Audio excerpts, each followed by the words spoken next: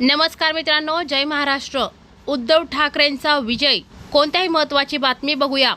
कोकण पट्ट्यात महायुतीने यश मिळाल्यानंतर शिवसेना उद्धव बाळासाहेब ठाकरे पक्षाने आक्रमक पवित्रा घेतला आहे।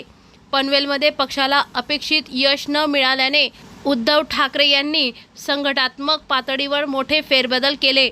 पनवेलमध्ये उद्धव बाळासाहेब ठाकरे शिवसेनेने पक्ष संघटना मजबूत करण्यासाठी दीपक निकम यांची जिल्हाप्रमुखपदी आणि ॲडव्होकेट समाधान काशीद यांची महानगरप्रमुखपदी नियुक्ती केली जात आहे। पराभवानंतर उद्धव ठाकरे यांनी जुन्या शिवसैनिकांना पुन्हा कामाला लागावे असा आक्रमक पवित्रा घ्यायला सांगितला। निवडणुकीत महायुतीने पैसे खर्च केला तरीही शिवसेनेच्या निष्ठावान कार्यकर्त्यांनी कडवी झुंज दिली असे उद्धव ठाकरेंनी सांगितले। पक्षात नवचैतन्य निर्माण करण्यासाठी आदित्य ठाकरे यांच्यासारख्या तरुण नेतृत्वाला पुढे आणण्याचा प्रयत्न सुरू आहे।